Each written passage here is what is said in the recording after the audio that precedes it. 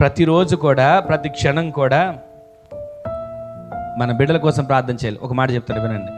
ఒక పెద్ద ఆయన వాళ్ళ బాబుకి జాబ్ వస్తే ఆ మొదటి నెల జీతం అంతా దేవుని సందులో ఇస్తానని అనుకున్నాడంట. ప్రార్థన చేయించుకొని ఆ జీతం ఇచ్చేశాడు.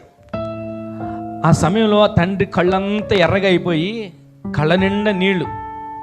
ఏంటి పరిస్థితి అని అనుకుని అడిగితే, అయ్యా ఇదిగో వీడిని ఈ స్థాయికి తీసుకురావడానికి ఎన్ని నిద్రలేని రాత్రులు గడిపాను, ఎన్ని కష్టాలు పడ్డాను, ఎంతగా వీడి కోసం ఏడ్చాను, ఎన్ని తిప్పలు పడ్డాను.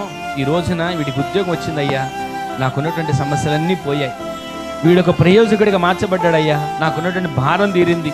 ఇదిగో ఇంతవరకు ఎన్నో అప్పులు చేశా, ఒక పూట తినో ఒక పూట తినకో వీడిని చదివించుకున్నా, ఈ విధంగా వీడు ప్రయోజకుడు, ఇంత ఉద్యోగం వస్తుంది నేను అనుకోలా అని ఆ సేవకుడితో చెప్తూ ఏడుస్తున్నాడంట. ప్రతిరోజు మా బిడ్డల కోసం చేతులెత్తి ప్రార్థించే వాళ్ళమయ్యా, ప్రతిరోజు మా బిడ్డల కోసం కన్నీరు గార్చే వాళ్ళమయ్యా. వీళ్ళు ఎక్కడ లోకంలో పడిపోకూడదు, పాపంలో పడిపోకూడదు, వ్యసనాల్లో పడిపోకూడదు, ఇదిగో లోక అపవిత్రత మా బిడ్డలకు అంటకూడదు అని ప్రతిరోజు మేము వాడి కోసం వాగ్దానాలు ఎత్తిబెట్టి ప్రార్థించే వాళ్ళమయ్యా. ఇదిగో బైబిల్ గ్రంథాలు బిడ్డలు ఇలా దీవించారు కదా, బైబిల్ గ్రంథాలు బిడ్డలు ఇలా ఆశీర్వదించబడ్డారు కదా అని ఒక్కొక్కరు ఎత్తిబెట్టి మా బిడ్డల కోసం మేము ప్రార్థించామయ్యా. ఈ దినాన మా బిడ్డని ఈ విధంగా ప్రయోజకుడిని చేశాడు.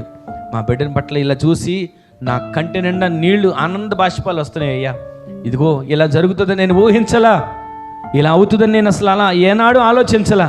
కానీ దేవుడు నా పట్ల జ్ఞాపకం చేసుకొని నా బిడ్డల పట్ల ఆయన ప్రణాళికను సిద్ధపరిచాడయ్యా అంటూ ఆ పెద్ద ఆయన సేవకుడి దగ్గరికి వచ్చి కళ్ళ నిండా నీళ్లు పెట్టుకుని ఏడుస్తున్నాడు. ఈ రోజున దానికి కారణం ఎవరు?